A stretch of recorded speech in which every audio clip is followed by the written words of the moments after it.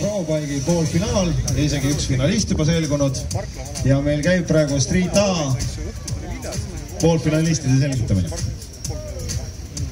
Nii on. Andres Leever. Armands Brakmanis. Nii on.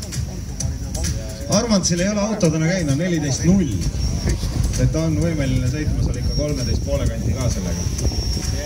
Noh, mis iganes äkki ehmatab ära see alguses nii raja pidamine või mida iganes, aga noh. Ja no Armas, ega ta ei lõhu teda niimoodi otseselt. Ei lõhu ei.